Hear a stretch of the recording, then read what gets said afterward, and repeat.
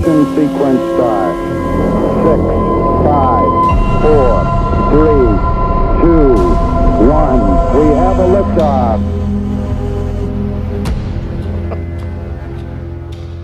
What's up, Doom Nation? Welcome back to another edition of the Two Doom Men podcast. As always, it's Skaggs and your captain, and we have a special guest returning today, Mr. Lance from the Libertarian Party. Thank you for joining us. Say what's up, pal. What's up? So, Skaggs, what do we got on today's agenda, man? How you doing? I'm good, man. It's good to be back. It was interesting actually to watch the podcast or listen to the podcast for the first time, not knowing what's going to happen. Yeah. You did an episode without me with Garrett. This was enjoyable. So that was cool. Good to be back. Good to be here with you, Lance. Good to have you back on. What were we going to say? No, I was. That's the guy. I listened to that. I think it was just you. It's Samurai. That's the guy you guys call Samurai, right? Yeah. Yep. You've been on. You guys have had him on a few times. Yeah. And we've been on theirs. We met. They're the only. Outside of you, they're the only other people that we've met in person so far. Well, we met Zach, the Unfit Station. Oh yeah, yes, and Zach. Yep, sorry, yeah. He's one of Zach's been around since like the birth of Two Doom Men, so he's kind of just like, we got to get him back on too. Yeah, he's like the wallpaper. You know what I mean? Yeah. Back when he was interviewing only QAnon people on his podcast. Yeah, that was pretty funny. Yeah. So what's Samurai? What's up? Oh, sorry, go ahead. No, good. What's his podcast like centered around? Because I've listened to you guys for a while, and I know you guys have had him on a few times. Sergeant and Samurai is actually pretty similar to our show.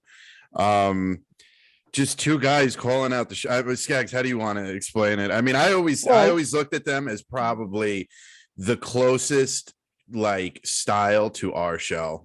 Sure, they're but they have different backgrounds, which give them a unique perspective, right? Like Garrett is he's an MMA fighter, trainer, small business owner. Yeah.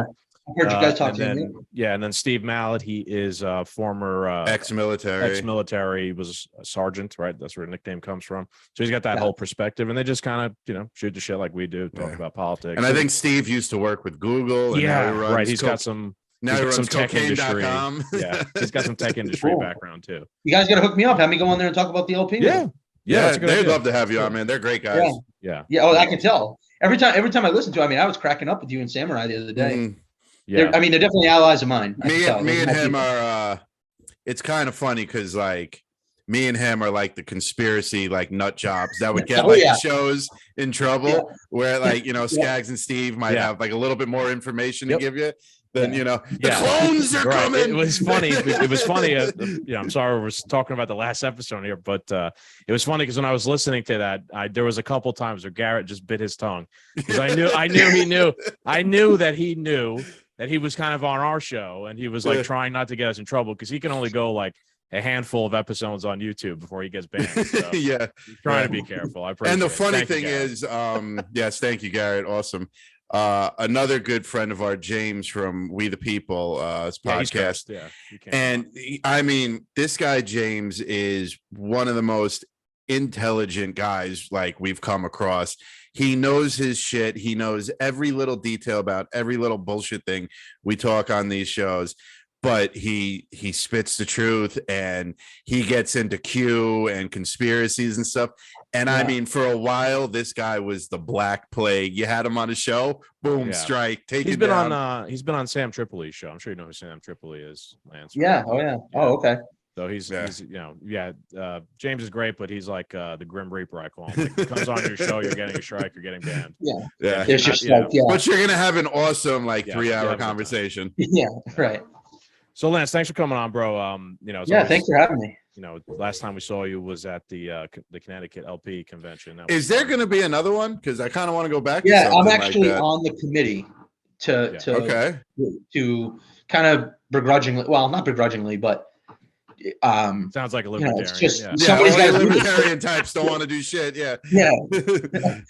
No, well, that kind of stuff. I don't mind organizing stuff for like libertarians to get together. And you said this recently on one of the pods that you guys did. I think it was UCAP. You said like nobody wants to step up and do. We want nothing to do with governing other people. Yeah. So when it comes to like who wants to stand up and run for office, we're all like, I don't know about that. You know what I mean? Yeah. But Yeah, the convention's fun. We're trying to line up some speakers. So I want to get some different ones in. It was great having Scott Horton on. You guys had him on your show. Nobody knows more about foreign affairs than him. Oh, yeah. I got his book up here somewhere behind me. He's great, one of the smartest guys when it comes to that stuff. But we kind of want to bring in like a kind of a different group of people. We're looking at trying to get. I don't know if I should say this yet because you don't got to share anything you got. No. Like I've been in contact with like Clint Russell. I don't know. I know Skaggs knows who that is. I don't know if you do. Yeah, we've talked. I've heard of him. He's usually a lot of our tweets of the week because he has really good tweets all the time. Yeah. Clint, Maj Toure from Black Guns Matter. Oh, that'd be dope.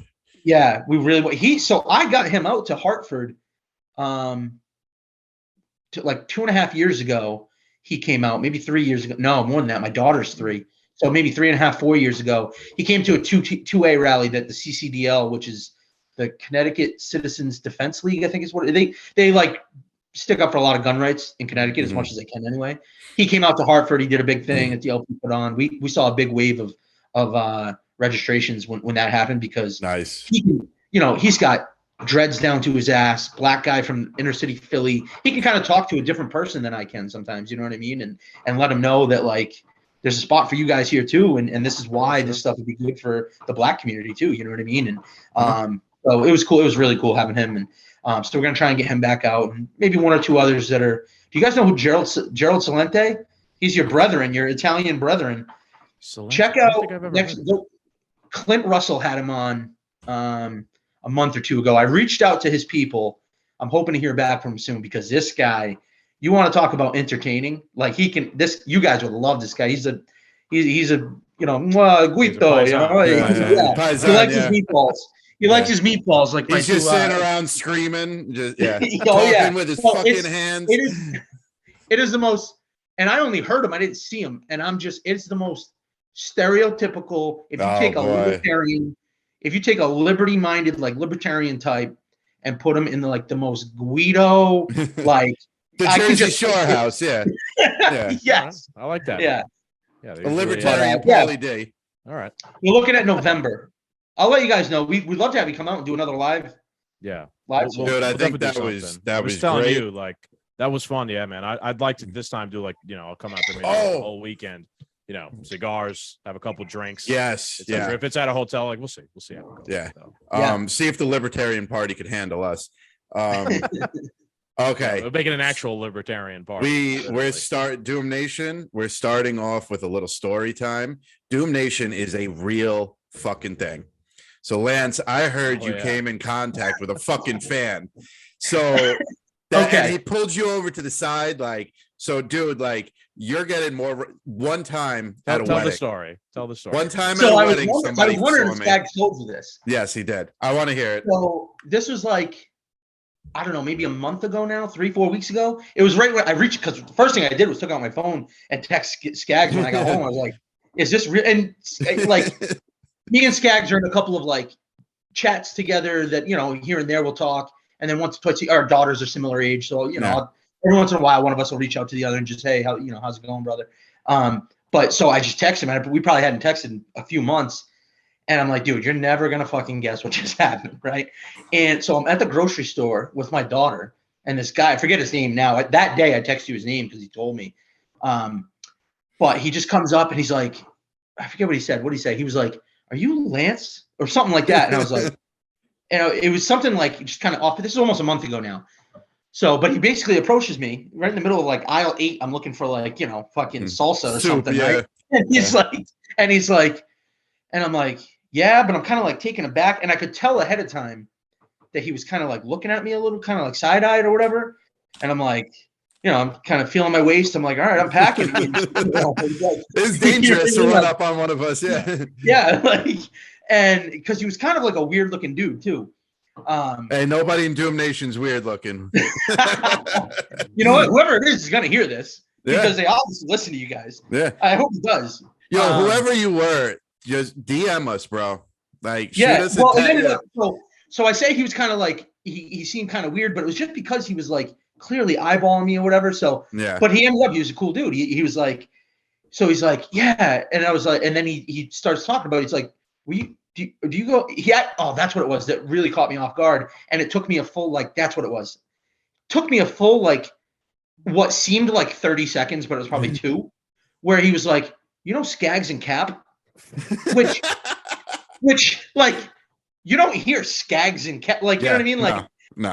So now I know who that is. I've talked to you guys a handful of times. We met at the convention that way, you know what I mean? Like, and I listen to your show every once in a while, but it was like, it took me like a full second. I was like, oh yeah. And then like, I'm like, it's one of the, you don't expect to hear that at the grocery store. Yeah, because you came on our show twice like a year ago, and then like here you are a year later in the grocery store, completely unexpected. Like that episode got 26 views on YouTube. Right. Well, you also live on the opposite side of the state from me, so it's not like you're running into somebody I know in person. Right. It's like a 2.5 hour drive. Right. Yeah. And then he's like, he signed up for the LP when he heard that.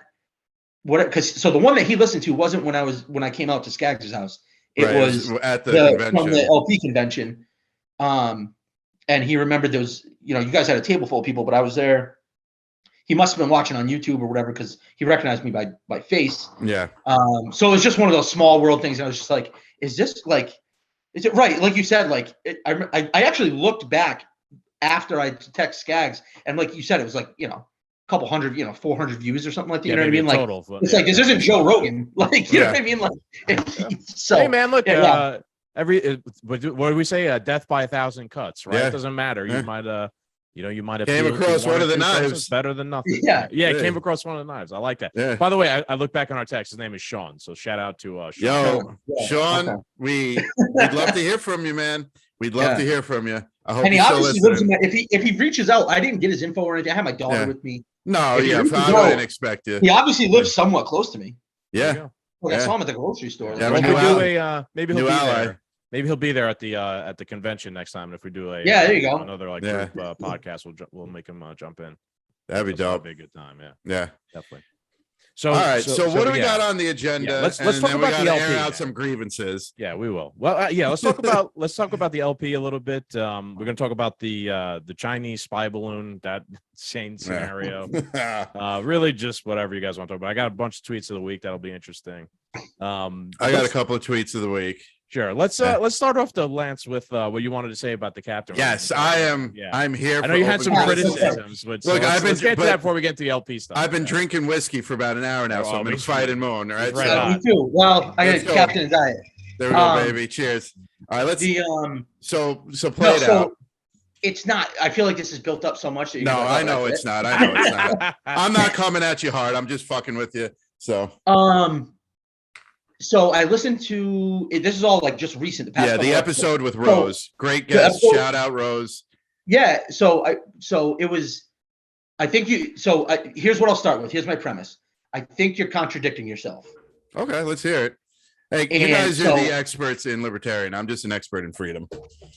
No, well, so it's not really a libertarian thing necessarily in terms of like a libertarian philosophy thing. It's so when you had Rose on, which by the way, she seemed really cool. She's an ally. She was saying that she feels like she is a libertarian, but she kind of was distancing herself from the LP. Rose, if you're a regular listener, find me at the end of this. I'll plug my social media or whatever. I think where's Rose from? Do you know? She's from the area. I don't know if she wants me to share exactly where she's from. Yeah. Okay, that's fair. She's from the region. Just the northeast. Okay. Sure. Okay, yeah, sorry. I just if she happened to be from Connecticut, I could, talk her through what we got going on in the LP. But I would like to address the Rose thing and the Mises Caucus and the direction that's going in. Yeah, well, that'll be next. The Cap thing. Okay, so with Rose,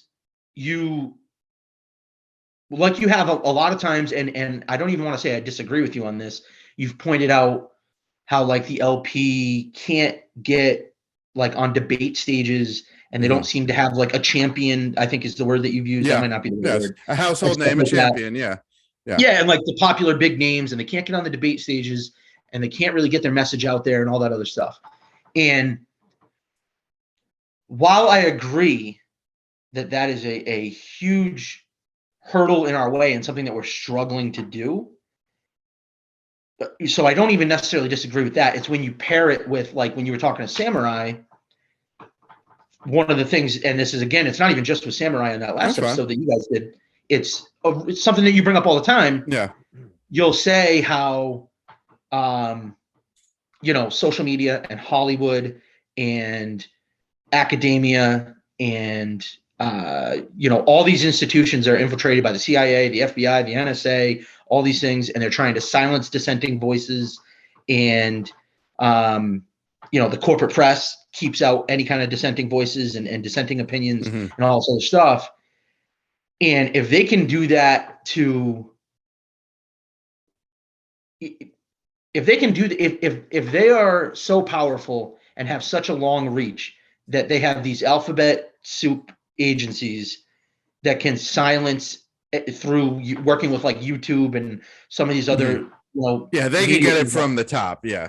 Right. If they can do that to just any little podcast or one social media person or just one random Joe who's posting something on social media, what do you think they're trying to do yes, we're the third largest party in the country, but it's still third by a landslide. Right. And we're out here spitting stuff about how the FBI is corrupt and about how all these agencies are corrupt and everything else. So it's like, it just seems like.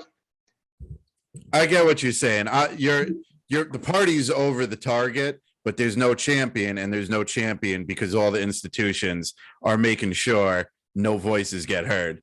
Yeah, right. It's kind of like, go back to when we were, I'll be 39 next month. I don't know how old you guys are, but we're at least the same generation. Yeah. Ross Perot, when I was like 6, 7, 8 years old, he wasn't a libertarian. I think it was strictly an independent is what he called himself, but he eclipsed like the percentage in order to get onto the debate stages. And then this is back Bush Senior versus Clinton. Oh shit. I might be wrong on that. Yeah, Bush Senior. He was like one of the last times there was like a really strong third party challenge, right? Didn't he like because the duopoly TV commercial time and like have a graph and start talking about all this shit that was like really interesting? I remember the name, but that's it, man. I was like 7. Yeah, if you were 7, I was like 2. So yeah. Oh man. So I was more like 5, maybe 4 or 5. I wasn't following politics at that age. I would hope as a 7. Lance had a full beard, and he was part of the Mises Caucus all the way back then. Yeah. Doom Nation, I would pray that your children are outside having fun and not worrying about politics. Yeah, no, I was running around New York playing stickball, but I think I was, as I've gotten older and I've followed a lot and seen what these agencies are doing, what the duopoly does, what the corporate press does, and now they work hand in hand with big tech and Hollywood and all these other things to put out only the messages they want. Yeah. Then I've since then learned about Ross Perot. He eclipsed the percentage that you need to poll at to get on the debate stages. He was on the debate stages. And then from there, it grows even more. So then what did they do the next election? They're like, well, no, now the threshold is way higher. Right. Yeah. Right. So, all right. Fair enough. So I agree with you that it's an issue, but I feel like even if you had somebody with their voice out. Yeah. The criticism is almost, it's not that the criticism is unfair. It's unfair to criticize the LP as an institution for not being able to get these messages out, but then use it as an excuse as to why Samurai can't get his voice heard sometimes. Because he can't get, because if they can do it to you guys, you damn sure and better bet they're doing it to people that really have a little bit of sway. That's a fair point. Yeah. Somebody who's an actual threat to them, they're probably they're only putting in like 2% to silence us. They're probably putting in a large sum of time and money and effort to silence the LP. Look, man, I also think just in general, that's a fair point. Let's pile on to Captain here. I think there are champions in the Libertarian Party right now. I mean, like we just named a couple when we started. I don't. Maj Toure, right? I don't Spike disagree. Cohen, there's Dave Smith. There is Ron Paul. He's still around and kicking. There are. It's just I think Cap's point is they can't get any. They get traction, but it's got a ceiling. Right. There's going to be big names in any mainstream group. You could say, so of course there's, like Rand Paul and stuff like that. And I get that there is big names, but these are bigger names in the circles we run in. Now let's remove ourselves from the circle. Somebody who doesn't, like go to Justin, who every time we check in with him and he has no idea what's going on. Yeah. Right. He doesn't have no idea who His these name, people are. Sure. Names, anybody that runs in our podcast and community, people who listen to us, name those names, they know them. Go to somebody like with Justin and those circles. You might as well be talking, about the Chinese balloon. So like when we're talking about when we're talking about our buddy Justin, it's kind of just unplugged. It's libertarianism is great because the philosophy, the message is like perfect. Yes, but you do need like popular people in order to like spread that and make it cool and make it popular and actually put it into effect in some way, shape, or fashion. But in terms of sometimes, man, one thing that frustrates me, people that we talk to, like Rose, seems to maybe not know that the Mises Caucus even took over the Libertarian Party. Fair enough. I've seen what's his name? The big popular conservative podcaster. I don't know one blank.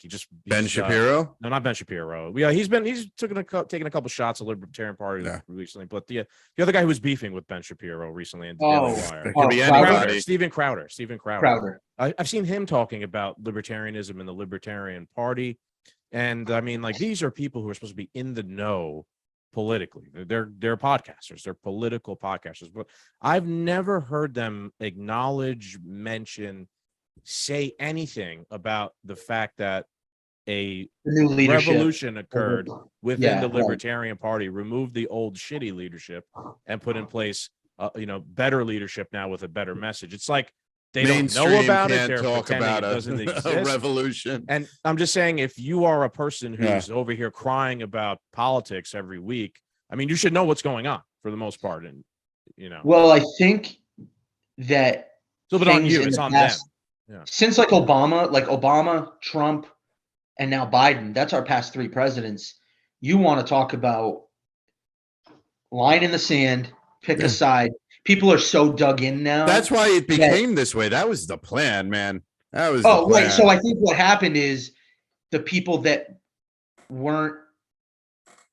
I think 15 years ago, if this takeover happened, you would have had more people like open to the idea of like I think the Crowders and Shapiros and even Prager, they came after the LP a little while ago. Yeah. Yep. I remember that. So like some bigger names on the conservative side came at the Libertarian Party a little bit, and I think criticizing, but they stopped paying attention to the Libertarian Party after like Ron Paul, that era, because he was a big name. He was a congressman, right? He was a big name and actually started a movement and was getting a lot of traction. He had tens of thousands of people filling arenas chanting "End the Fed," stuff like that like it was gaining some traction. And then when that all went away, I think they kind of they saw all the new leadership and they just don't really pay attention. And the last time they did pay attention is what they attribute to what the party is.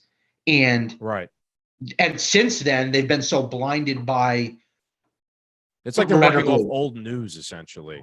Right. And then you add in that it's red or blue. It's got to be. I mean, that's the goal, to divide everybody. Yeah. At the same time, man, how many people, I'm sure, have you heard complain, I'm so tired of this bullshit with these two parties. We need a third party. Yeah. I've heard so many people fucking complain about that. There is a third party. Probably there's a fourth party. Right. There is, right? But it's a little bit of the way I'm seeing it lately, and I'm starting to get frustrated with. It's like laziness amongst people. Yes. They want to be saved by the magic man. That was they the want to put no Obama effort into it administration. whatsoever. They don't want to even like do an ounce of research, look into anything. I want a third party, but then they sit there and cry because there's no third party when there is one. It's frustrating on my end. Some of our friends have even, like our buddy Anthony has told me that a million times, and I'm like, dude, there is a third party, the Libertarian Party. Like, you would agree with probably 99% of the shit that they say and put out there. I'm like, why don't you like spend an ounce of fucking energy to like look into it and stop here crying about it. It's like it's just frustrating to me because it's a very like nihilistic way of thinking. That's just I agree, and that's why, to me, the biggest reason that I aligned with the Mises Caucus years ago was because of their strategy, and it starts to address some of the issues we're talking about. Now, it's I brought up, when we were talking about how I felt like Cap was being inconsistent, what you're up against is FBI, CIA, NSA, like the establishment, the deep state that has they are in any way for people to see, hear, or read something or get taught something by their teachers. They're in there, right? So we're up against a giant monster, but so you got to have like conservatives and these right wingers though too. The way I look at it too is like, man, we almost don't have time to be like taking pot shots at each other and not working together in a sense. Like, I know. We're not all exactly the same. That'll come later That's on. fine. That'll come That's later fine. on. We're not all exactly the same, but the monolith is opposing everyone. So we should put aside little tiny ideological purity differences and work together. I know. To some extent. I know. Dude, I'm sorry to interrupt, but like where I sit, like on the political line, where I have conservative values and libertarian values. Sorry, I got some in my eye. It's only really for the viewers, but I find it like strange to like talk to, like, if you were to take like I'll even go right wing extremists. Let's say we get crazy with it, like people who got like Trump statues in their houses and shit, and like explain like in detail, like have somebody very articulate explain in detail about the Libertarian Party and their libertarian ideas, and for the conservative to be like, nah, fuck that shit, would be bizarre to me, because there's just so much that I would agree most likely. I feel, okay, let me put it this way: a everyday Republican citizen who votes Republican, I think it'd be crazy for them not to agree with libertarian tendencies. People in the GOP would specifically turn it away because they have to push their agenda. Yeah, the GOP is still elite, I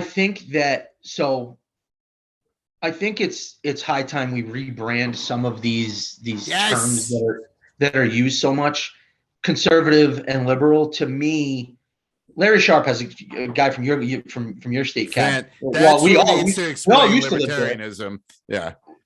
He has a great quote. I'm going to butcher it right now, but he says, you can be as conservative liberal as you want to be, just don't force it on somebody else, right? That's basically the libertarian message. So conservative and liberal, somewhere along the lines in the past decade, it's been confused with, like, it's almost like that's the political party, or whereas that's more of, that's like where you are personally on like a spectrum of, but that's where you fell in the psyop. Yeah, I can deal with somebody who's super liberal or somebody who's super conservative. I tend to be more conservative. I have some liberal views as well, though. But the libertarian part is that I don't want to force that on somebody else, as long as we're both acting peacefully and consensually. But more importantly, I'm not going to delegate that force out to the government to force you on my behalf to act a certain way, because that's even more evil, right? The last thing I'm doing is going to the government to solve my problems. Yeah, right. And if I'm going to, call the government to send government guns to your house ultimately to force you to live the way that I want to live, that's even worse, right? So I tend to be more conservative on most things, I'll say. Yeah, I can confidently say that. But, so you're part of my party, conservative libertarian. Yeah, well, that's a thing. That's definitely a thing. Like, it's just Republicans would want to use the power of the state to try and like enforce morality on other people.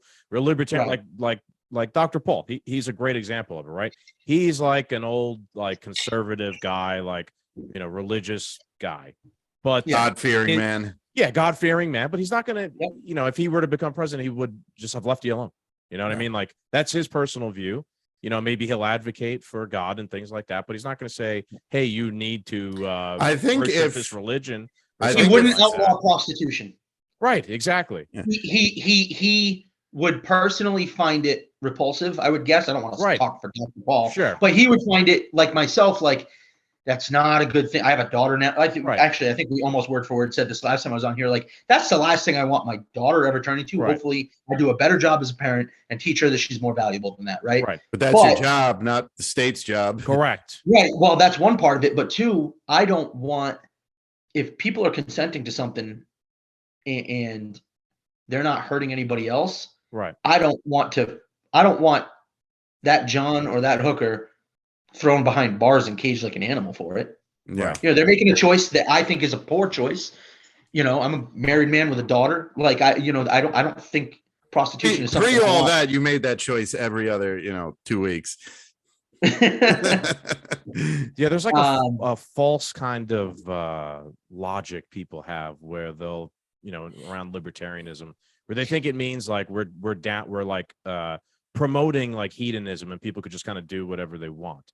That's not the case. Like, you can believe anything you want. We just don't necessarily agree with like putting in law or using like the barrel of a gun to enforce our own version of morality on people, right? So if you use sex to make money, like, you're making money. Like, right. Like some like you could use some of this really, over the top shit that you're seeing from like libs of TikTok, right? I think some of it's fucking crazy, right? And I'll talk about it and say, hey, I just don't think this is crazy. I think this is insane the way they're sexualizing children and stuff like that, right? That that's different from me being like, hey, I just don't think the government should like dictate every aspect of your life. If you want to be some crazy non-binary person, okay, fine. I'm not going to say that should be illegal or don't something. I might be like, my kid a non-binary crazy right, person. exactly. There's a difference between the two. You are free to have your own personal beliefs and voluntarily share them with other people and maybe try and convince them to look differently or not. Whatever you want to do. It's a common misconception for sure. I think most people attribute libertarianism to being some kind of strict set of beliefs. Well, it is a strict set of beliefs, but it's centered around what are we willing to impose on other people about. Right. What a big problem with that idea that like libertarian is like a strict set of beliefs, and I've said this before, the modern person like can't understand freedom, the idea of absolute freedom. Freedom ends at the first but.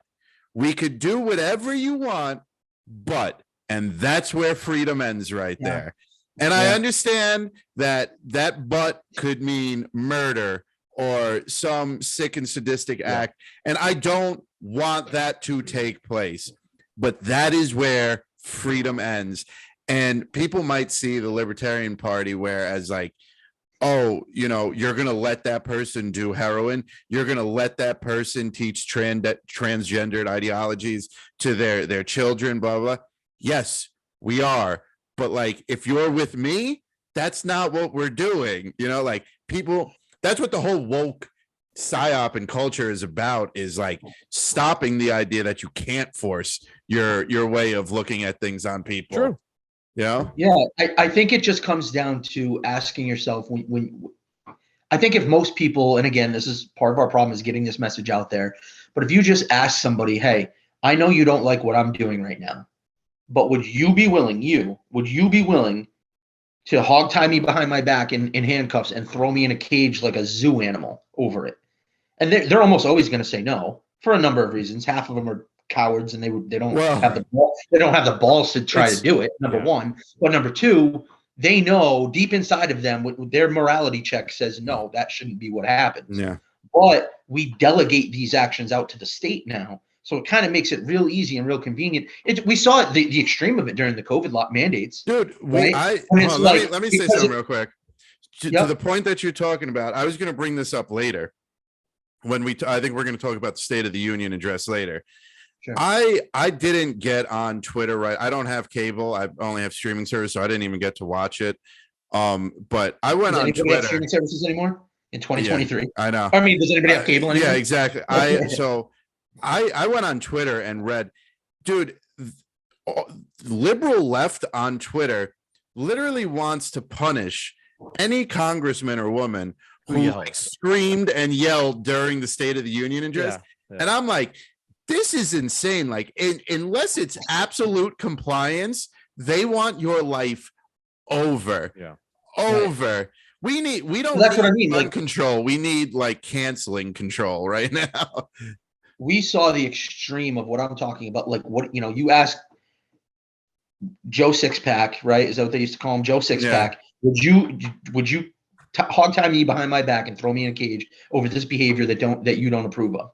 Like I said, most people in today's world, they don't have the balls to fucking try it. Outside of children, yeah, people would just be like, no. Yeah. Number two, most people, their own morality would tell them, no, I'm not doing that. But we delegated out to the state, so they're magically okay with it. And we saw the extreme of that during the COVID mandates and the COVID lockdowns, because the people that were all about the vaccine and all about masks and all about shutting down the world, and they didn't care if, they just had their virtue signals up, and they wanted to like put the circle around their face on Facebook, and they wanted to tell the world how they were better than everybody else, even if, yes, this electrician now just lost his job, which set in motion a divorce, and he jumped off a fucking bridge somewhere because he lost his house, and now he's ashamed of himself and his kids and everything. Nobody wants to talk about any of that stuff.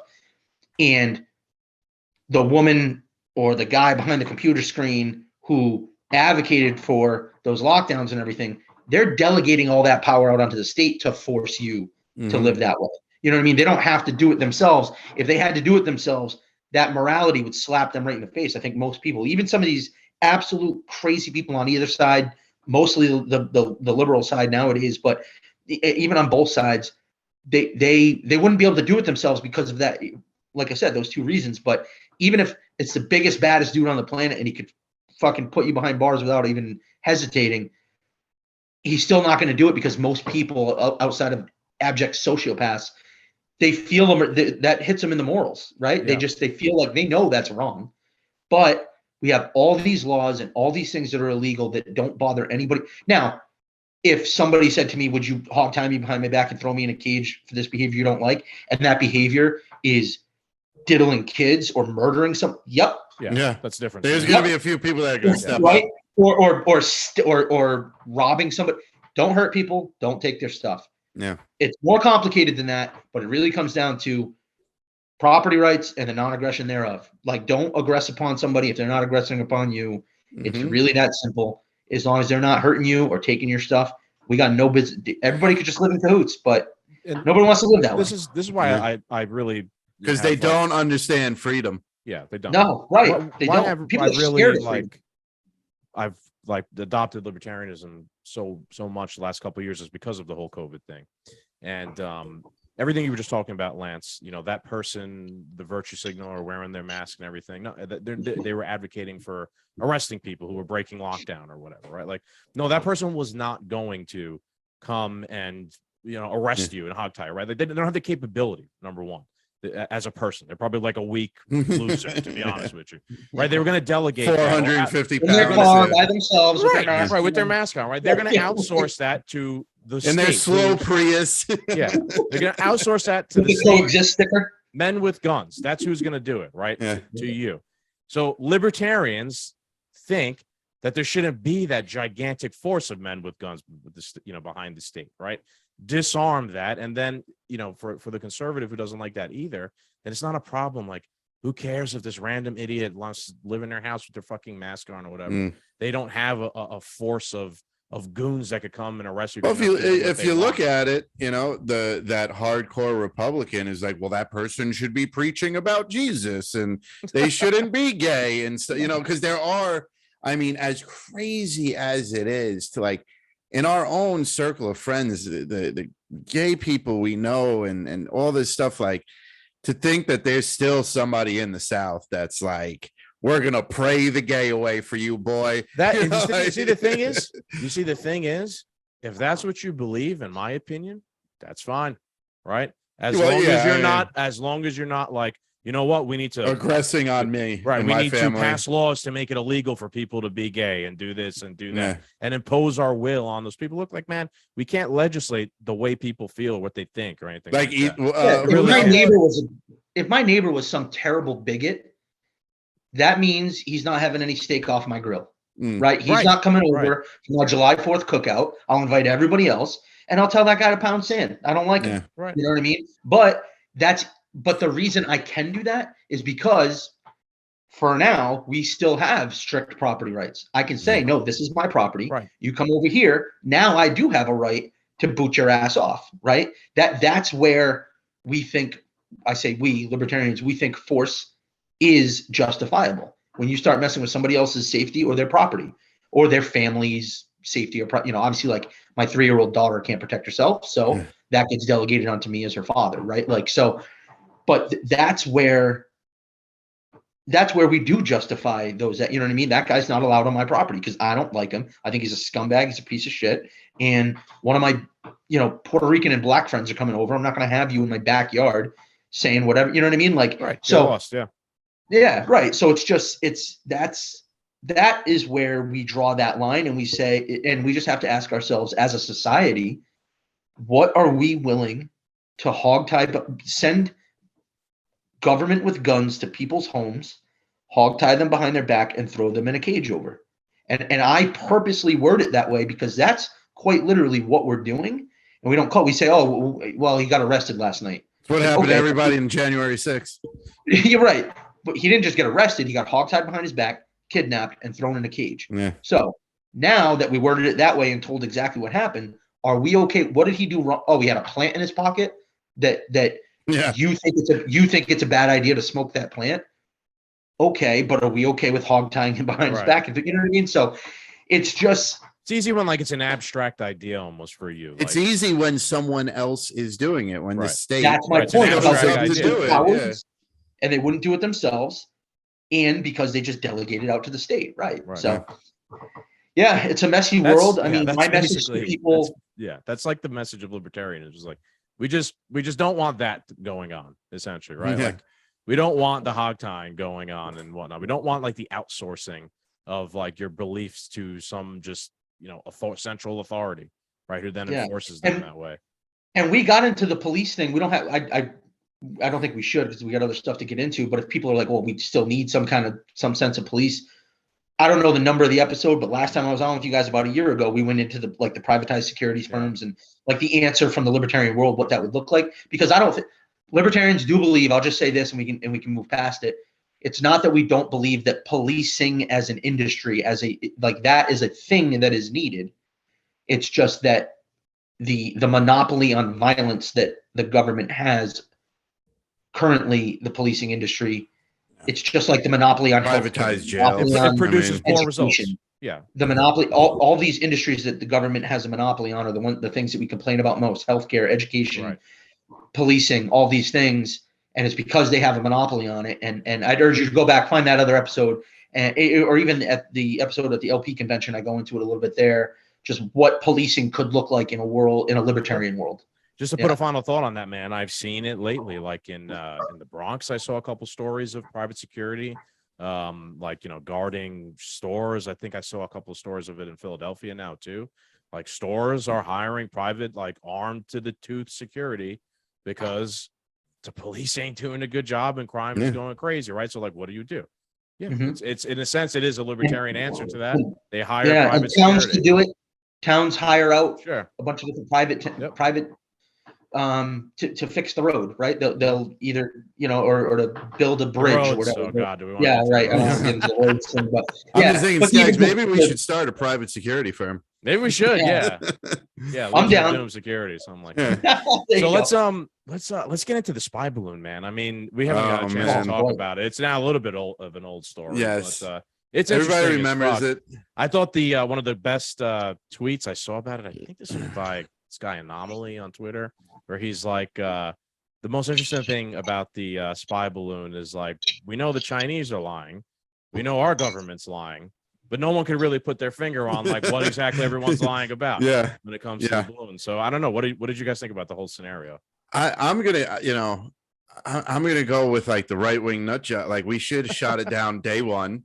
I saw a tweet that said we should you want to ban all assault rifles. There's literally Chinese aircrafts over American soil. What the fuck you talking about? I think at bare minimum, day one should have been shot down, right? or at least fighter jets circling it. I don't know. Shot down, shown some strength, and then the whole thing. I never got to the bottom of it. That Trump knew there was 3, and he kept his mouth shut. And it's fake not news. true. That's fake exactly. News, yeah. So, and then I'm going to go ahead and say that was fake news as well. Like that whole thing. That's like been confirmed. They came out. They found out that was It's been confirmed true. that was fake. Yeah, that was Yeah. fake Yeah. news, Right. So I didn't believe it to begin with because he probably would have shot it down to prove how strong he is. I don't think he would have really let the opportunity go by to use some of the big guns. You know what I mean? Trump would have went on TV and he would have said, "My dick hangs to the floor." Yeah. and just shot that Trump, chick. Yeah. Trump would have been in the jet that shot it down, and he would have been fucking with his phone. Or AC-130, Yeah, you know, like in selfies. like Call of Duty. They like would have used the AC-130 view, and he would have been there shooting it. They would have painted. They probably would have used his fucking private jet to shoot it down. You know, like the Trump jet. Yeah. So They would have named the bullets Donald. Yeah, They would have. I didn't buy into it at all, and I was just like, okay, so now we believe it's from China. You took 4 days to shoot it down, and then after the 4 days, you praised the shit out of Biden for getting shit done, and then all of a sudden, a story comes out that Trump let 3 of these balloons just pass by and not tell anyone and collect all the data. There's a cover up on a cover up with fake news and just there's some weird shit. That's why my shoot it down day one. What do you think? I'm glad this is your take, Cap, because I'm not going to say I have the exact same take, but I expect everybody to have a different take than me. No, I'm sure you guys thought this way deeper than I did.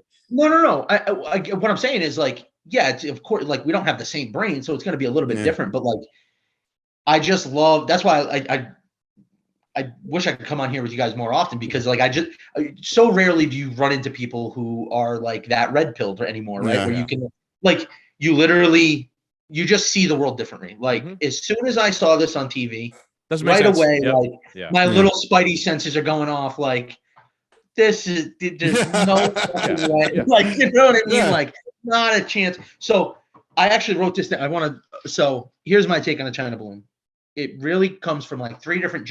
These are just facts that nobody can argue. The U.S. military spends equal to China, India, the UK, Russia, France, Germany, Saudi Arabia, Japan, South Korea, Italy, Australia, Canada, and Iran combined. That's the 2nd through 14th ranked in military spending. We're number 1, 2nd through 14th ranked. And that's a lot of heavy hitters. China, India, Russia, France, Germany, Canada, Iran. There's a few others in there. Japan. Like we're talking the biggest, militaries. Great militaries, right? Right. Yeah. You got to get to number 15 before you add them all up and they equal what we spend. Right. Then you factor in the tech in 2023, just technology in general. We all have us three sitting right here. This is just another fact that nobody can really dispute. Anybody has a fucking phone in their pocket that if I talk to my wife when she gets home from work and tell her, hey, I think we need some new steak knives, then within 4 minutes, my Facebook feed is full of ads to go to Home Goods for fucking cutlery. Someone told me they drive a Lincoln and all I get are Lincoln ads now, bro. It's crazy. So that's the tech that Lance, some schmo who likes Ron Paul sitting in fucking his living room in New England, has in his pocket. You add that together with the amount of money we spend on weaponry and military technology and intelligence and all that other stuff. And you mean to tell me that this is stuck like, by?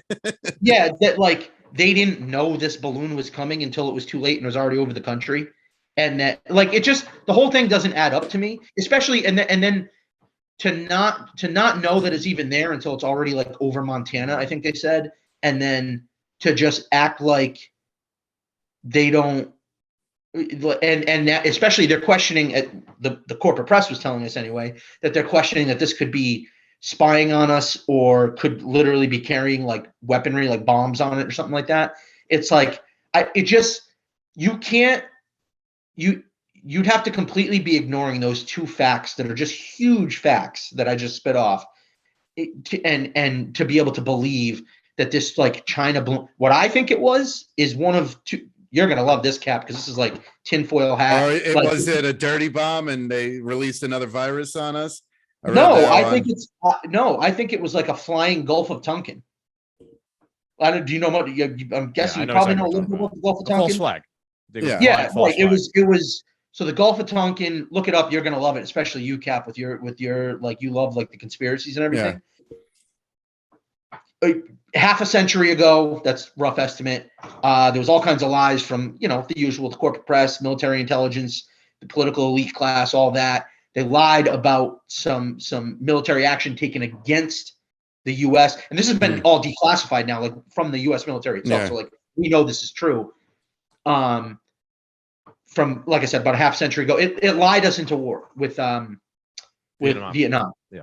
And so they lied. Yes. I know where we're going with this. Yeah. So they lied us into war. And so I think this was like a feeler, like, hey, you just like, the Afghan papers. People out there, if you don't know about the Afghan papers, go read about the Afghan papers. Like, there's always lies told to the American people to make us feel like, okay, we're in danger, we're under attack, we need to make sure, so that they're the bad guy, they're the, you know what I mean? Like, that's a little, obviously there's no evidence behind that, or it was either that, or to me, it was some kind of distraction from some kind of legislation that's taking our rights away, that's passing through Congress at the time. Because you always see these big news stories, these big things come out, so that Congress can pass through some where the right and the left are coming together for, like the Patriot Act, like that whole, like it, as much as and this is where me and the right get into it, me and the Republicans, as much as they claim to be about freedom and everything else, but they're the ones who pass the whoever's sitting in office will keep signing that Patriot Act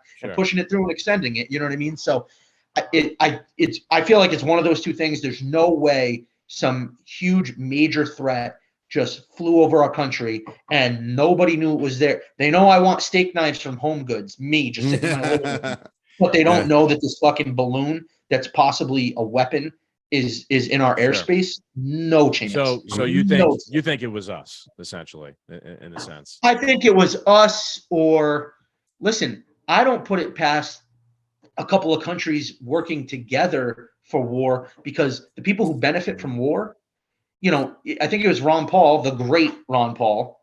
Canada would sell us out in a heartbeat. Who you can? Yeah. Well, Ron Paul, I'm going to butcher this, and I hate to butcher anything he said. And I think it was him that said at one point, this isn't exact, but it was something like, war is, the poor people from two different countries all killing each other, while the political elite sit back and collect checks over it. You know what I mean? Like, so, do I think that the Chinese Communist Party is working in cahoots with the political elites from America? No. But yes. Yeah, I can't confidently, here's where I am with it. I can't confidently say I know what that balloon was, but I can 99% sure say what I know it wasn't. Yeah, whatever the mainstream media said it was. Yeah, you're right.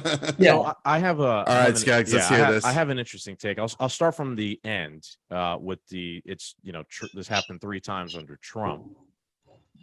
I didn't need anyone to even deny that, because if that's true, it would have been on someone's cell phone, the same way this is the first time we saw it here this time, because some random fucking person saw it and took a video.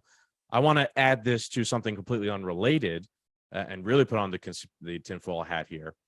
The UFO stuff lately, I feel the same way. I don't trust it's been what we're huge, hearing, right? Yeah. Because if a random person was able to take a video and post this on Twitter of this balloon, how come there's been no video of one of these UAP UFO things that the government has? Oh, it's only the government. They're the only ones with the video of the UAPs, the UFOs, whatnot. And I like this shit. I think it's interesting. I want the UFOs to be real, but I've gotten very skeptical on that whole front now, because the origination point of every video that has to do with that is from the government.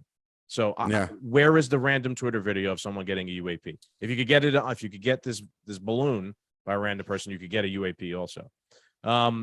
In terms of what it is, man, it's hard to say. I think you both make good points. I think there might be an angle to it of it's a low tech way to kind of like sneak in a thing, and maybe you weren't expecting it because your defenses are so high tech. Yeah. It's so low tech, and your defenses are so high tech.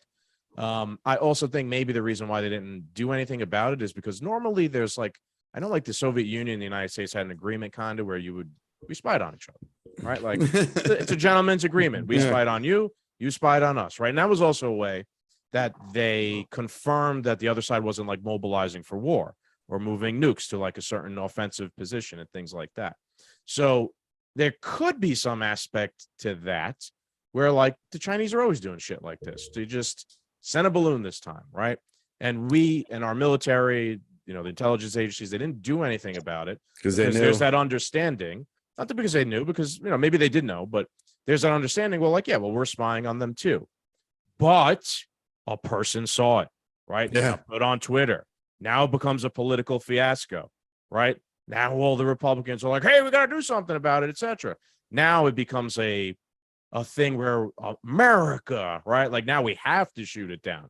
Whereas before, it's just the normal. Just let it go by. Yeah. Just let it go by. It's weird. They're spying on us. We're spying on them. But now it becomes a political football that they had to shoot down in a sense. But they didn't. It's messy. They're incompetent. The Biden administration. I think that they're weak. Yeah. That's, I guess, the third road here. But I don't know. Again, I think the tweet that I mentioned at the beginning, it's like, we know the Chinese government's lying. We know that our government's lying, but we all can't put our finger on exactly what they're lying about. Yeah.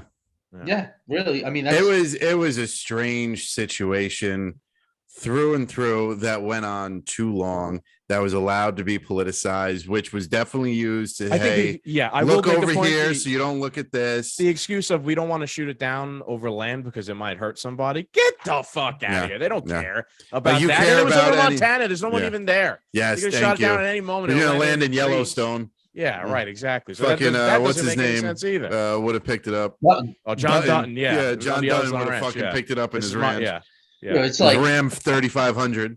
He'd have shot it down himself. With fucking, he'd have his own anti-aircraft. A billion acres and like 11 people. Yeah. There's something I also said though, like, all right, to piggyback on what like Lance said, like we have all this technology, all this money, like.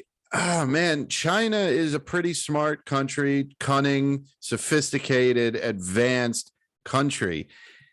You also mean to tell me that like our greatest adversary, like the number 2 powerhouse on the planet, was like dumb enough or sloppy enough to let this happen? I could understand American military fucking slick, up. Kind of slick. Did you guys ever play? I don't know if you played a Cap, but Lance, did you ever play Halo back in the day? I played the first one. I wasn't a Halo guy. All right. I was always a PlayStation guy, and I think Halo. I think still to this day, it was only on Xbox.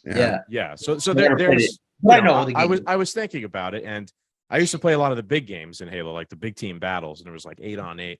And sometimes your team would be completely pinned down by like the other team. They got all the weapons, all the tanks, all the aircraft. And they got you completely camped out in your base, and there's nothing you could fucking do. And it'd be like an objective game where you have to go and get the other team's flag or go and plant a bomb or whatever.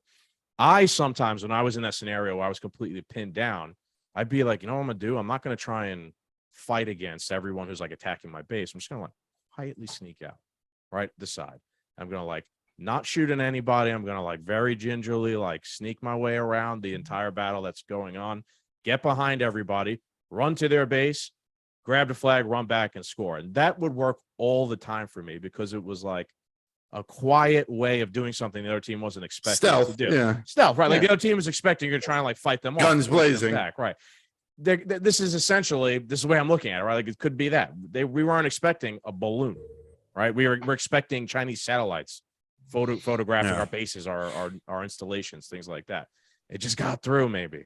Again, it's just another thing. I don't know. I mean, it could have been a Chinese balloon. I'm not completely closed off. Could have been a Mexican. I mean, balloon they acknowledge it, right? I mean, they acknowledge it. The CCP didn't acknowledge that it was their balloon. They're saying that it's a scientific balloon or some shit. Yeah. No, right? But I mean, at the end, the real black pill of all of this is like, even if China was like, yeah, it was our scientific balloon, I still don't fucking believe you. Right. They're not exactly the most trustworthy people. There's around. no one on the outside of our 3 theories. no one in the mainstream media can say anything for me to be like, that sounds sound and logical. Like whatever Joe Biden says, whatever CNN, Fox, fucking Kevin McCarthy, Admiral this, that, General this, that, the CCP, whatever they say, I'm sorry, man, I ain't buying it today. Right, it's almost the opposite. It's not. It's almost like not only do I not believe you, I feel like the opposite is probably true. Right, more likely. Yes, I agree. That's what we always talk about, that angle. Just if they're telling you it's a Chinese spy balloon, it is definitely not a Chinese spy balloon. There's no way it's a Chinese spy. They don't tell you the truth about anything anymore. No, I know. And Skaggs, Garrett and I actually, in our little conspiracy rant, you were talking about all these UFO photos and weird cloud formations and all that the government keeps pointing out. In Turkey, there was this big weird, this weird UFO cloud, and then after it was gone, they had like a 7.3 earthquake. It's not too long after, right? I don't think it was right after, but I remember seeing a photo of that cloud.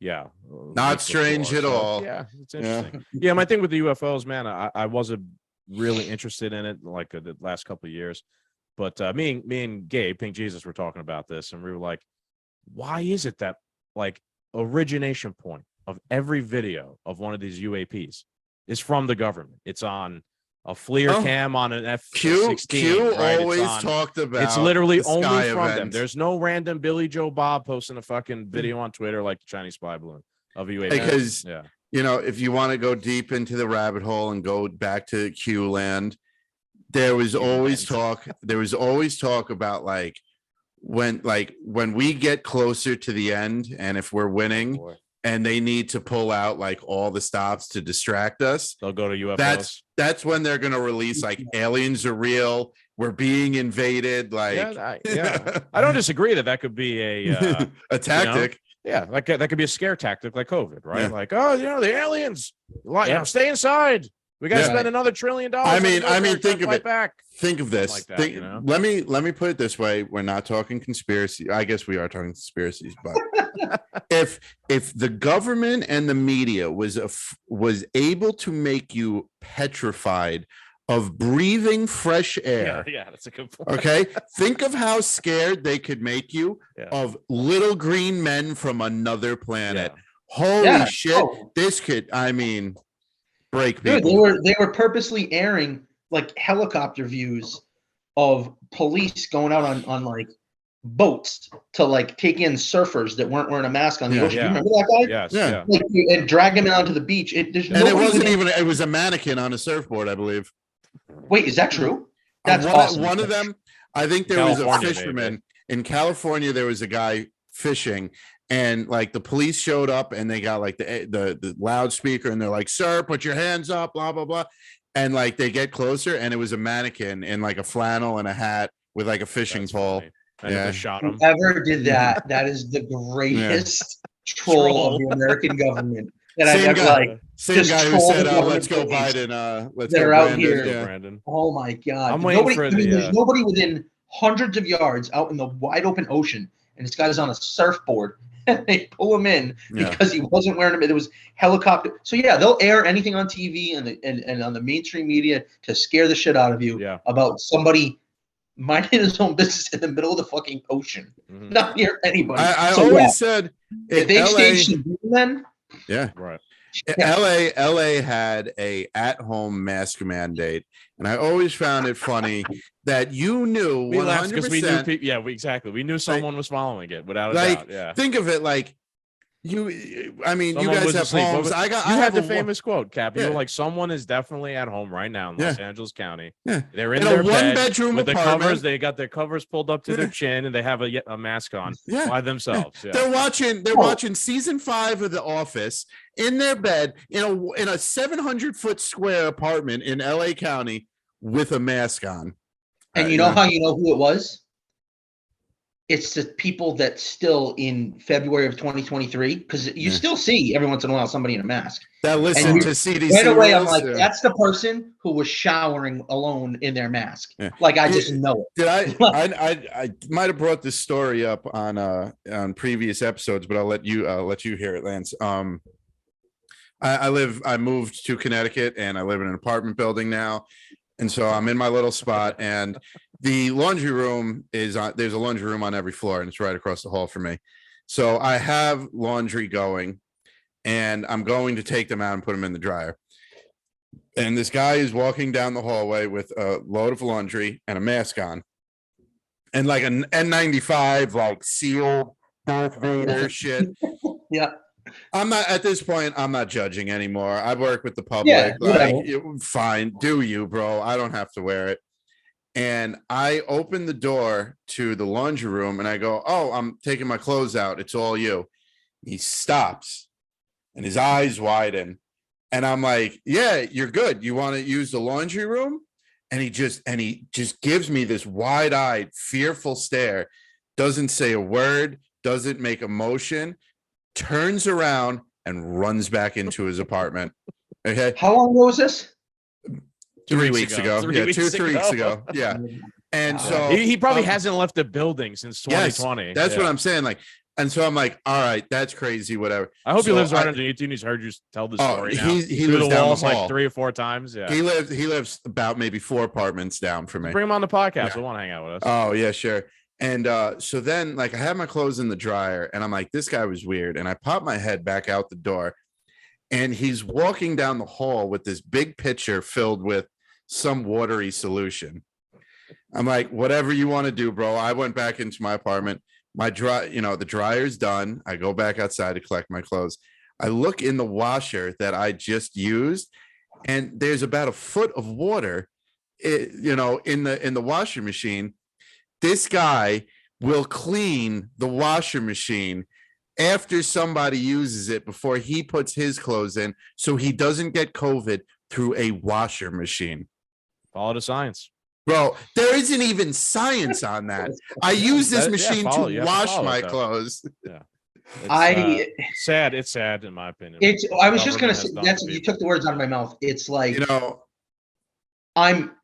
it's funny for sure. Sure. Yeah. But then there's also like, it has traumatized people forever. That's obvious. I'll put it to you this way. There are some people that are traumatized. Yeah, let's not forget what we were talking about before. Like, those are the people who are going to advocate the men with guns come to take our freedoms away.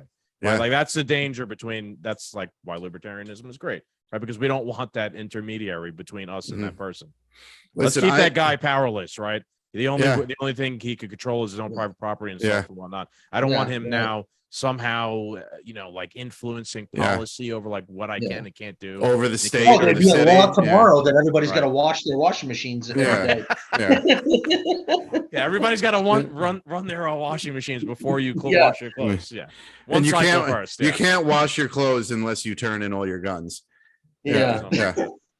Dude, I mean, so not to like shout anyone, but like I knew someone who, in the middle of the pandemic, cancer came back, and they were older and they were high risk, but COVID scared them so badly that they didn't do anything for 2 years, and then they died. And they didn't die from COVID. The cancer got the best of them.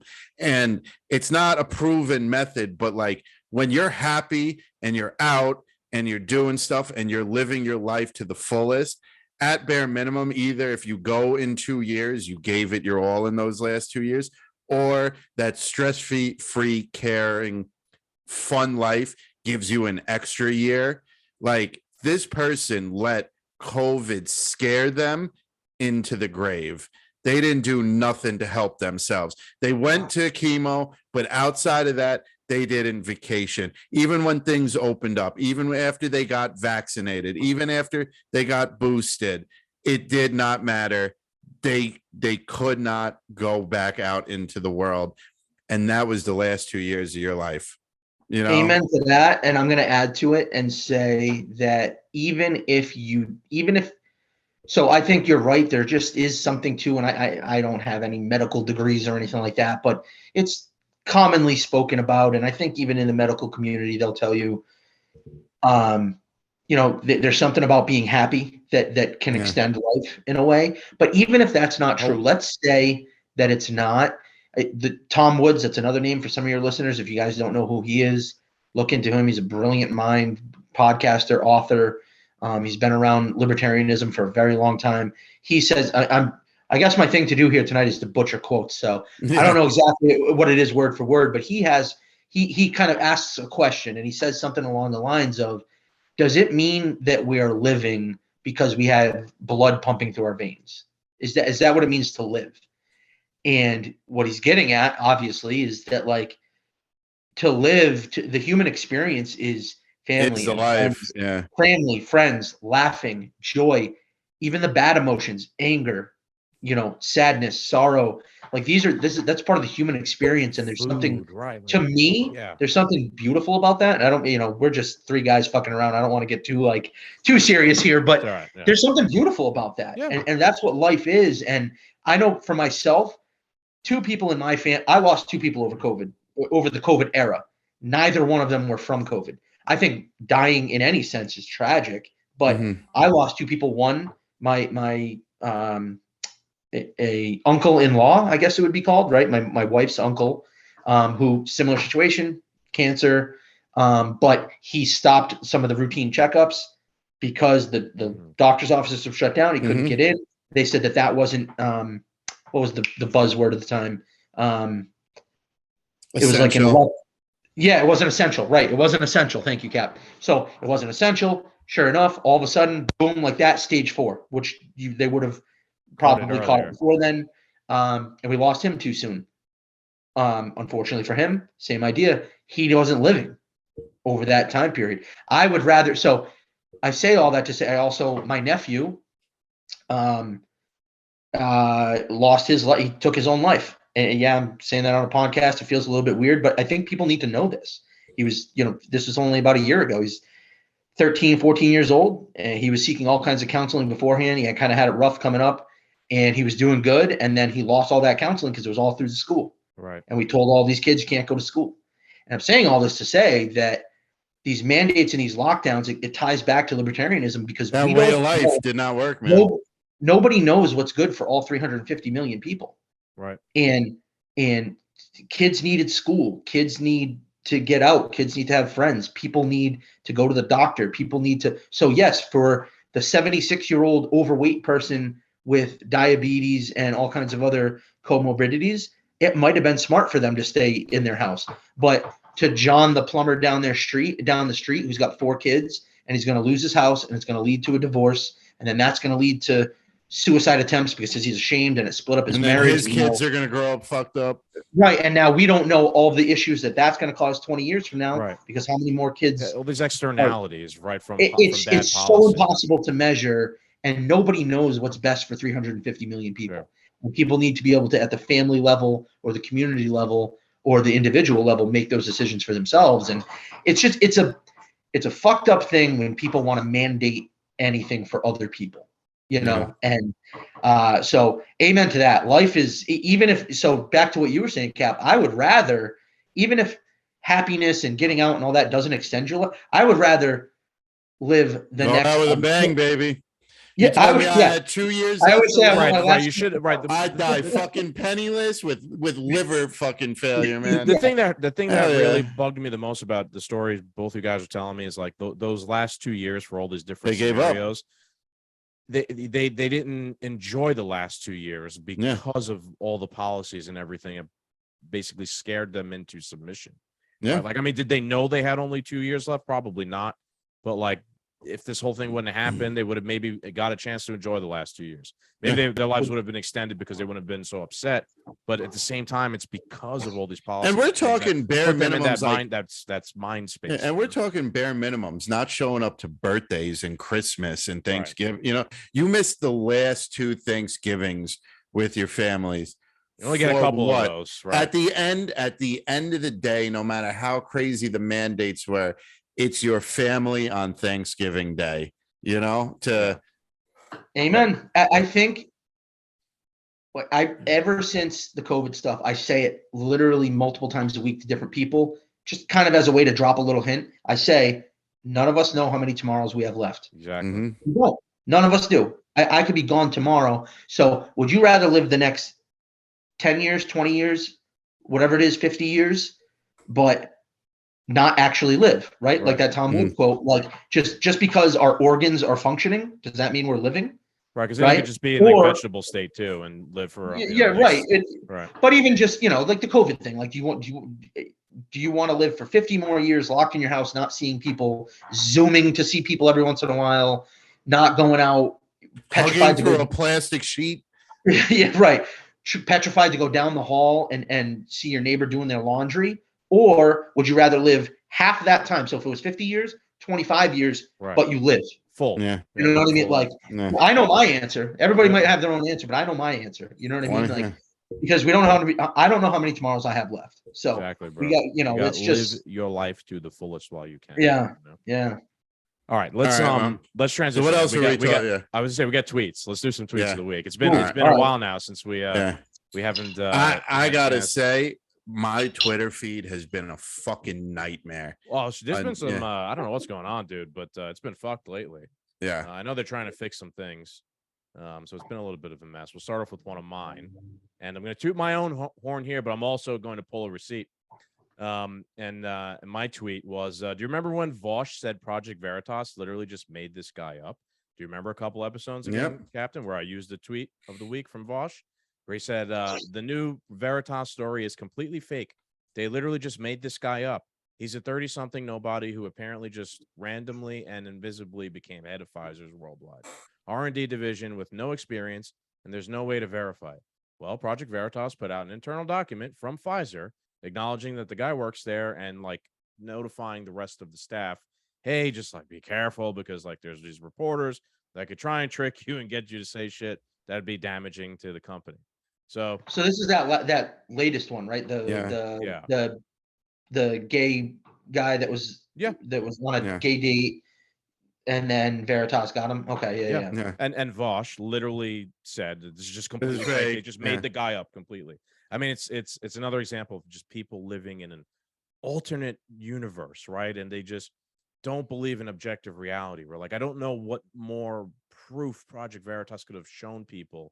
Like you're just not going to believe it. Like Vosh is just not going to believe it because to them, believe it. Yeah. At the end of the day, they have declared Pfizer the good guy, and they must. This is literally the one good thing out of this is like people are going to go down with the ships, you know. Yeah. So when the ship goes down, a lot of people are going with them. All right. Good. Trim the fat. This is yours. Yeah. All right, so I found out that this guy is a parody account, and boy, is it a good parody account. That's all right. At Reverend Ray Kistman. Yeah, Kistman. Raise your sons to be George Floyd, not George Bush. I don't think you should be raising your sons to be George Bush anyway, but neither George was really good. Go to this guy's page. You're going to see a ton of doozies. I'll follow him later. Yeah. I don't want to go down the rabbit hole of this one at the moment. All right, I have a good one here. There's a lot of shit that happened since last time we did this. So this is from Mondaire Jones. If you think the Memphis police officers had to be white in order to exhibit anti-blackness, you need to take that AP African American Studies course Ron DeSantis just banned. I actually think this is, I mean, it's crazy. It's a pretty clever tweet. I have to say. He's nailing a few things all in one short tweet. I thought my reply a couple of weeks ago was pretty clever too. I was like, he's right. In order to believe something so logical, you have to submit to re-education, right? Because that's essentially what. That's a good comeback. Yeah, that AP course that he's referring to is. I mean, the guy's wrong, but I can appreciate a really good tweet. Yeah, there was thought behind this tweet. Yeah, definitely. All right. Oh God, Dash. Yes, this guy has become popular lately. Yeah, Dash. Satan paid more income taxes than Donald Trump in 2020. Satan also never incited an insurrection against the United States government. Okay. He incited an insurrection against the kingdom of heaven. I guess, right? It's even worse. Okay. So remember, like when they were talking about how January 6th was worse than the Civil War and worse than 9/11 and all this crazy shit. We have now made it to the point that January 6th is worse than the ruler of hell bringing hell on earth. I don't think like there's nowhere else to go. Yes, Yeah. like whether you believe in an afterlife or not, you know, every majority of religions have a good place that you go to and a hell you go to. And these people are literally considering hell to be a better place than January 6th. And we also now have the king of hell, the Satan himself, paying income tax. All right. That's what we're worried about. That part I don't understand. Oh, yeah. Well, because these people really believe. So first and foremost, leftists, man. I mean, they want everyone to pay taxes, even the devil. Yeah. Dude, like, listen, and it just shows how like poor business minded they are. And it kind of makes sense a little bit of the victim mentality, because like when you open up a business, you open up an LLC, you get tax breaks. When you open up an LLC, you move up to an S corp and then a trust. And every time you could become your own bank, and every time you make these changes, you get these tax breaks. And in the end, you don't put anything in your fucking name. Nothing. You own nothing. Your company as an entity supplies you with everything. So therefore, the company gets all these tax breaks, and you pay the taxes on these breaks. But you as an individual who owns nothing and theoretically does nothing doesn't have to pay a large sum of money in taxes. And they have, right? Yeah, they have no idea that this is how the process works. The same thing Donald Trump's doing is the same thing Hillary Clinton's doing, is the same thing Elon Musk is doing. Yeah. Yeah. Yeah. No, I always, when somebody gets on me about like not wanting to pay, I'm just like, well, I bought less bombs than you this year. That means, because it's usually, you know what I mean? Like, Yeah. And it kind of puts them in this like they don't know how to respond. I'm gonna use that. They don't know how to. I spent less money on blowing up poor brown people in small little villages. Yeah. I'll say something like that. Like, and really they just for a loop. Yeah, and they don't know how to respond to it, because it's like, you know, that you don't want your tax money going to that, but that's where our tax money goes. Yeah. So it's like it's just like it really puts them in such an awkward position, and then it just ends the conversation. And if they fight with you, just be like, you probably cheered to send all that military gear over to Ukraine, you know? Yep. Yeah. Donald Trump's response is to be like, yeah, that makes me smart. Yeah. Right? I pay less income taxes than Satan. Yeah. You're right. He's got one up on the ruler of hell. Exactly. Yeah. All right. Fucking insane. Let's see. What do we got here? Yeah, I think you got your second and your last one. Got this one. Yeah, I got 4 in total this time. Oh yeah, we'll follow up here. Another January 6th one. This is by Lawrence O'Donnell. Today is my first time inside the Capitol since January 6th. Everything looks the same, but it doesn't feel the same. Maybe I'll get used to it again, but now it feels like a visit to a historic battlefield. Out of every window, you could see the paths of the attackers. He puts a photo there. What day was this? This was when was this? This was February 2nd. So 2 years. 2 years. 2 years later. Yeah, I mean, he's still it's like a Civil War battlefield. Maybe in the future there'll be like, January 6th reenactments, maybe 100 years from now going on in the Capitol building. I bet you someone will be there acting like the Q shaman guy. Yeah. Or whatever. Yeah. Oh, I'll sign up for that. Yeah. Oh, if they would pay me. I could see you. I could see you, but you kind of got the look. You just need the helmet. Yeah. I'll do that. One, how weak of an individual do you? I don't know. Maybe it was traumatizing. I don't know. Well, this guy has a coexist. 2.8 million followers. Come on. Oh, he's a propagandist. Yeah. No, I mean that's soy is a hell of a drug. Yeah. I wonder if we go. I would love to go back to Washington, like not now, obviously, but I had a really good time when we went there and we saw. I wish we got to check out the White House. I mean, I was really disappointed. You have to go through a whole litany of background check processes. But what did we do? We did the Lincoln. We not did, if you mount an insurrection, you don't. We did and we did the Capitol building, right? Yeah, we did the Capitol building. Yeah. So I mean, that was a really fun day, man. I gotta say. So it was fun. I would like to go back, but I bet you if we go back now, they're like, and this is where the first barrier was broken. Right. Yeah. Oh yeah.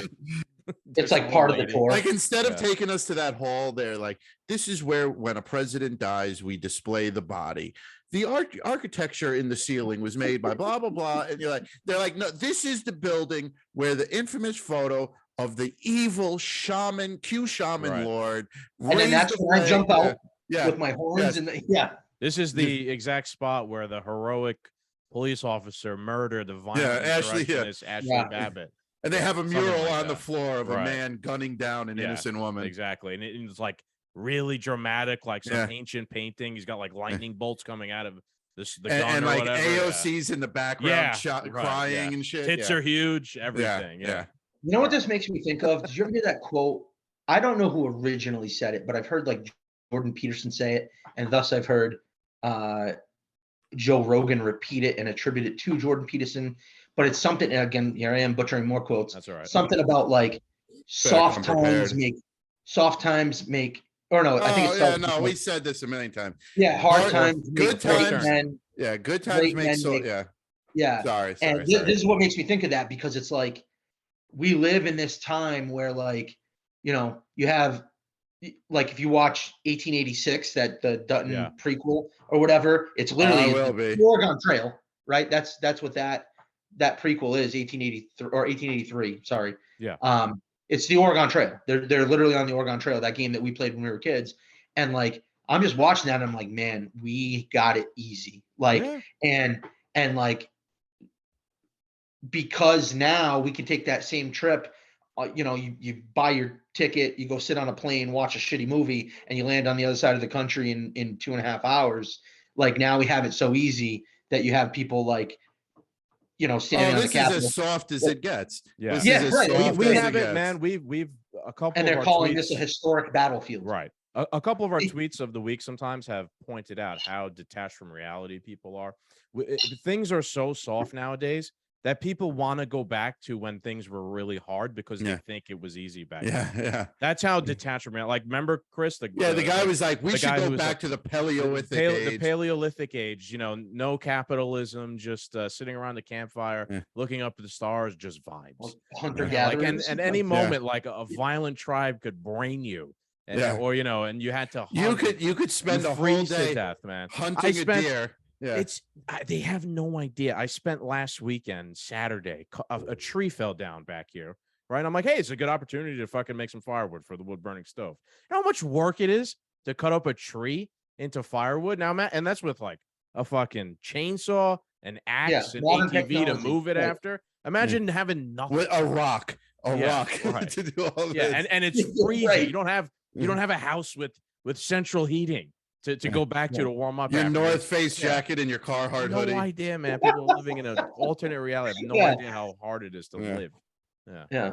And if you would have if you got a cut on your hand while you're doing it, you're dead. You die of 150 infection. years ago, you probably die. Yeah. You get a splinter. Die from a splinter. Yeah. Let's see, Cap. You only had 2, right? Yeah. So I got one more. This was my favorite tweet of the week. This one I laughed hysterically. This is right, anti-party. And he was replying to Clint Russell, and he said, standing height buzzsaws that sweep the room at random intervals. What is he talking about? He's talking about the State of the Union address. He wants standing height buzzsaws that sweep the room at random intervals. So every time they get up to stand up and clap, there's a chance there could be a fucking buzzsaw that comes through the whole room. This was tweeted during the State of the Union. I was in tears when I read this. That is the other day. Fantastic. That is tweeting. Not advocating for violence or anything. It's a joke. It made me laugh. Yeah. You know it's funny because speaking of like when people stand, when I'm watching the State of the Union, I always say, it's such a shit show. No, it's theater. It's political theater. But I always say, I actually put something on my social media. When everybody stands and claps, and that means they're together on something, which is usually about printing money or war. That's the worst. Yeah, those are the worst. That's when you should, everybody watching, when they all stand and clap, that's when you need to be worried. Yep. That's what you need to be worried. The original tweet was by Clint Russell. It was, he said, if you give a standing ovation during a scripted speech, you should be jailed. That's the most unlibertarian take by Clint Russell there. But Clint's awesome now. But I understand why. He's one of my favorite podcasters now. He's by far one of my favorite podcasts. Yeah, he's done a good job, man. We're talking about that. He's a cool dude. Good show, definitely. It's a white pill. His show actually. It's become so popular so quickly.